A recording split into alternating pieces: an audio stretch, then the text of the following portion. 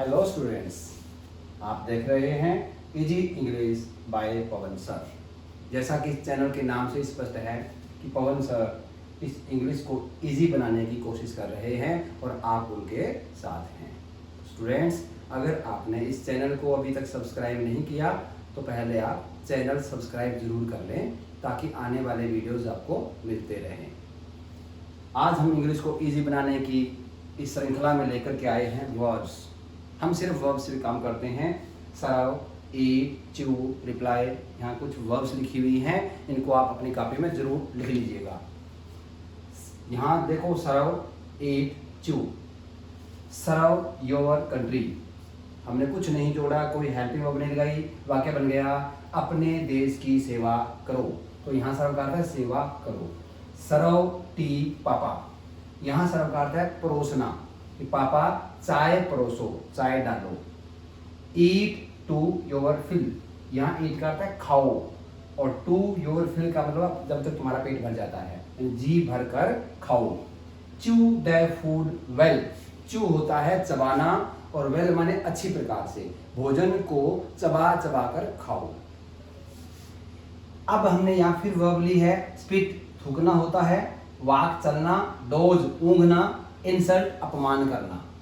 इससे पहले आप क्या देख रहे हैं कि हमने इन सभी में डू नॉट जोड़ा है आगे, डू नॉट, डू नॉट और do not. Spit on the floor, फर्श पर थूको। अगर हम डू नॉट लगाएंगे तो फर्श पर मत थूको। Do not walk bare footed, अगर वॉक बेयर फुटेड तो नंगे पांव चलो, ये वाक्य भी सही हो सकता है। अगर हम कहते हैं कि walk bare footed on the green grass daily, हर रोज हरी घास पर नंगे पांव चलो, परंतु do not walk bare footed, नंगे पांव मत घूमो, धूप है तो नहीं घूमना। Do not doze in the class, doze होता है ऊँघना, नींद लेना। Do not doze in the class, class में मत ऊँघो। इंसल्ट अपमान करना, तो डू नॉट इंसल्ट, अपमान मत करो। तो अब आप देख रहे होंगे सर्व मीन सेवा करो, और डू नॉट वॉक मत चलो। ईट मीन्स खाओ, डू नॉट ईट मत खाओ। चू चबाओ, डू नॉट चू मत चबाओ। तो ये क्या है, ये है इंपेरेटिव सेंटेंसेस। इन सभी वाक्यों में आज्ञा दी गई है या फिर किसी काम के लिए मना किया गया है। खाओ और मत खाओ, खाओ तो आदेश दे दिया भी खाओ, और मत खाओ में मना कर दिया। तो ये इंपेरेटिव सेंटेंस क्या होते हैं, आज्ञा सूचक। जैसा कि नाम से स्पष्ट है, आदेश वाले वाक्य। इस वाक्य में आदेश होता है, या इन प्रकार के वाक्यों में प्रार्थना रिक्वेस्ट होती है, शिक्षा यानी कि सलाह कोई होता है, एडवाइस होती है, इच्छा यानी डिजायर होती है, या फिर मनाही यानी प्रोहिबिशन होती है। हम वाक्य बनाएंगे कैसे, केवल वर्ब की फर्स्ट फॉर्म। बस यहाँ आपने क्या देखा, सर्व सेवा करो, और कुछ नहीं करना। वर्ब की फर्स्ट फॉर्म मतलब इंपेरेटिव सेंटेंस, और मना करना हो तो डू नॉट के साथ फर्स्ट फॉर्म। तो इसका स्ट्रक्चर क्या हुआ, या तो वर्ब की फर्स्ट फॉर्म या फिर डू नॉट के साथ फर्स्ट फॉर्म। कुछ वाक्यों में हम आगे एडवर्ब भी जोड़ सकते हैं, जैसे गो जाओ, एट वंस तुरंत, तुरंत जाओ। इस वाक्य में क्या है, ऑर्डर है। प्लीज ओपन द डोर, यहाँ है ओपन द डोर, दरवाजा खोलो, ये तो ऑर्डर है, परंतु प्लीज लगा देंगे तो ये बन जाएगी रिक्वेस्ट, कृपया दरवाजा खोलो। गो होम, घर जाओ, ये ऑर्डर है, और लेट मी गो होम, मुझे घर जाने दो, इसमें मेरी डिजायर है, मेरी इच्छा है, मैं घर जाना चाहता हूं। तो उसके लिए क्या जोड़ दिया, लेट मी गो होम, और लेट हिम गो होम, उसे घर जाने दो। हेल्प द पुअर, गरीब लोगों की सहायता करो। द पुअर का मतलब गरीब लोग, यहाँ ऑलवेज एडवर्ब लगा दिया, तो सदा गरीब लोगों की सहायता करो। इसका मतलब ये किसी को हम सलाह दे रहे हैं कि हमें ऐसा करना चाहिए। Do not touch the wire, इसमें वर्ब कौन सी है, टच, टच द वायर, तार को छुओ। तो आगे लगा दिया हमने डू नॉट, तो तार को मत छुओ। हम कोई काम करने के लिए मना कर रहे हैं तो उसमें हो गया प्रोहिबिशन। तो आप समझ गए होंगे, इस वाक्य में इंपेरेटिव सेंटेंसेस के अंदर ऑर्डर होता है, आज्ञा होती है, प्रार्थना होती है या इच्छा होती है, सलाह या शिक्षा होती है, या फिर मनाही होती है। अब हम इसकी प्रैक्टिस करते हैं ऑन और ऑफ को लेकर के। ऑन का मतलब चालू करना और ऑफ का मतलब बंद करना। अब हम कितने वाक्य बना सकते हैं, आप पंखे को चालू करना चाहते हैं तो ऑन द फैन, आप लाइट को चालू करना चाहते हैं ऑन द लाइट, आप टूटी चालू करना चाहते हैं ऑन द टैप, आप रेडियो चालू करना चाहते हैं ऑन द रेडियो। परंतु उससे पहले हमें एक एक वर्ड लगाना पड़ेगा। वो क्यों लगाना पड़ता है कि पंखे को चालू करने के लिए हमें ऑन द फैन, ऑन माने चालू करना, ऑन द फैन पंखे को चालू करो, परंतु इसके लिए हमें स्विच के पास आना पड़ेगा, स्विच को ऊपर नीचे करना पड़ेगा। तो स्विच वर्ड उससे पहले लगाना है। ऑफ द फैन पंखे को बंद करना है, फिर भी स्विच के पास आना है, तो switch on the of the fan. On the light या ऑफ द लाइट, रेडियो को चालू करना है तो चालू के लिए ऑन द रेडियो, परंतु रेडियो के पास स्विच नहीं होता, उसके बटन को टर्न करना पड़ता है, तो turn on the radio. Of the radio, radio को बंद करो, किससे? टर्न करके, टर्न ऑफ द रेडियो। ऐसे ही जिस काम के आगे घुमाना हो या स्विच के पास जाना हो, तो उसी प्रकार से हम इसके आगे एक वर्ड जोड़ देते हैं। अभी आगे एक वर्ड और भी आएगा। अब हम लेते हैं वर्ब्स को।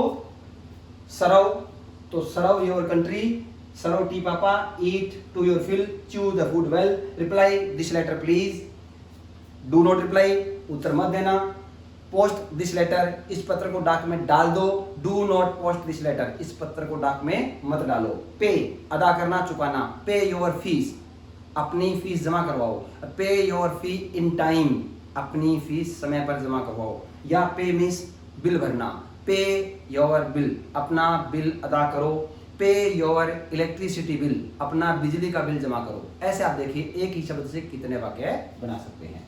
मेक द बेड बिस्तर बिछा दो, क्योंकि बिस्तर होता है, गद्दा होता है, उसको हम सीधा करते हैं पहले, तो वहां मेक द बेड बिस्तर बिछा दो। और चारपाई बिछानी हो तो ले द कॉट, वहां फिर मेक नहीं बोलेंगे, ले द कॉट, चारपाई बिछा दो। आगे है ब्लो, ब्लो मीन्स होता है फूंक मारना, तो ब्लो आउट द नोज, यहाँ एक अच्छा वाक्य बन रहा है, blow out the nose, nose means नाक। हम बच्चे को कहते हैं ब्लो आउट द नोज, नाक में से फूंक मारो, यानी कि नाक को साफ करो, नाक का सामान बाहर आ जाएगा, तो ब्लो आउट द नोज, नाक को साफ करो। परंतु हम ब्लो अगर कैंडल पे कर दें, हम फूंक मार रहे हैं, वो बाहर निकाल करके अगर मोमबत्ती पे मार दें, मोमबत्ती बुझ जाएगी, तो मोमबत्ती को बुझाने के लिए बन जाएगी ब्लो आउट द कैंडल, वहां ऑफ या ऑन नहीं लगेगा, blow out the candle. Next चलते हैं पेयर पे, पेयर होता है काटना, pair your nail, pair your nails अपने नाखून काटो। आगे इंप्रूव, इंप्रूव सुधारना, इंप्रूव योर हैंड अपनी लिखाई सुधारो, इंप्रूव योर हैंड्स अपनी लिखाई सुधारो। बीवेयर, बीवेयर होता है सावधान रहना, beware of flatterers, beware of pickpockets, beware of false friends. अब ध्यान रखना, बीवेयर के साथ ऑफ प्रेपोजिशन पहले लगाना है, उसके बाद जो भी आप कहना चाहते हैं। आप कहते हैं कि नकली मित्रों से सावधान रहो, तो आप लगा देंगे आगे फॉल्स फ्रेंड्स। चापलूसों से सावधान रहो, फ्लैटर, फ्लैटर होता है चापलूसी करना, और पीछे अगर हम ER लगा देंगे तो चापलूसी करने वाला, चापलूसी करने वाले। बीवेयर ऑफ फ्लैटरर्स, चापलूसों से सावधान रहो, चापलूस वो होते हैं जो हमारी झूठी प्रशंसा करते हैं।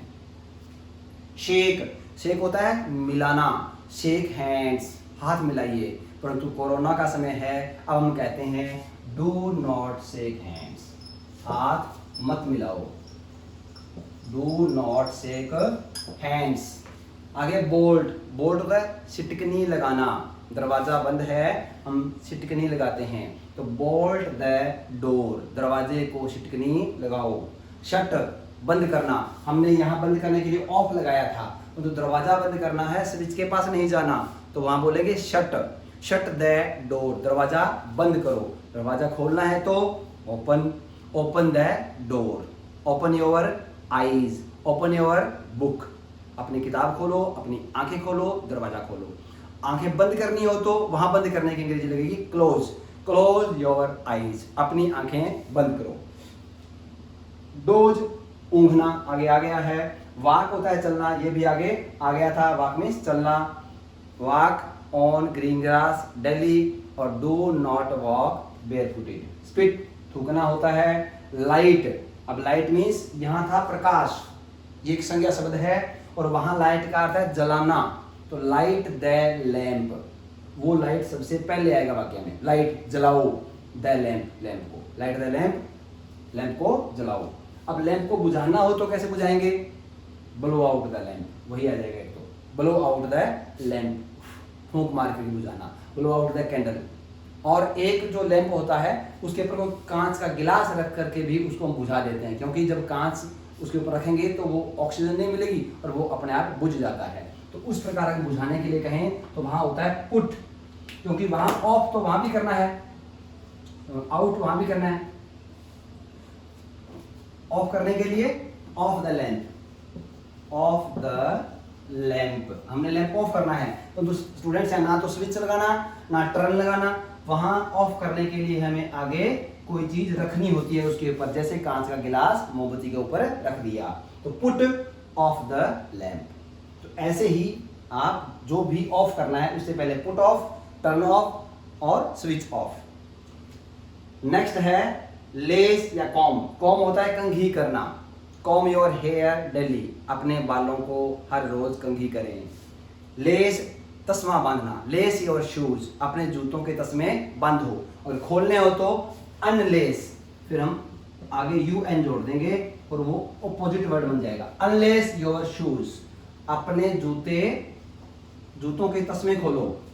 एंड सिट, बैठो, एट ईज, आराम से, सिट एट ईज, तो अपने जूतों के तस्मे खोलो और आराम से बैठो। जैसे आप प्रेयर में देखते होंगे, प्रेयर बोलते हैं स्टैंड एट ईज, अटेंशन सावधान, स्टैंड एट ईज विश्राम।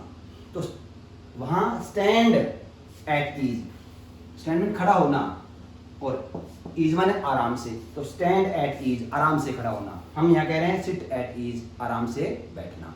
तो नेक्स्ट है पील ऑफ।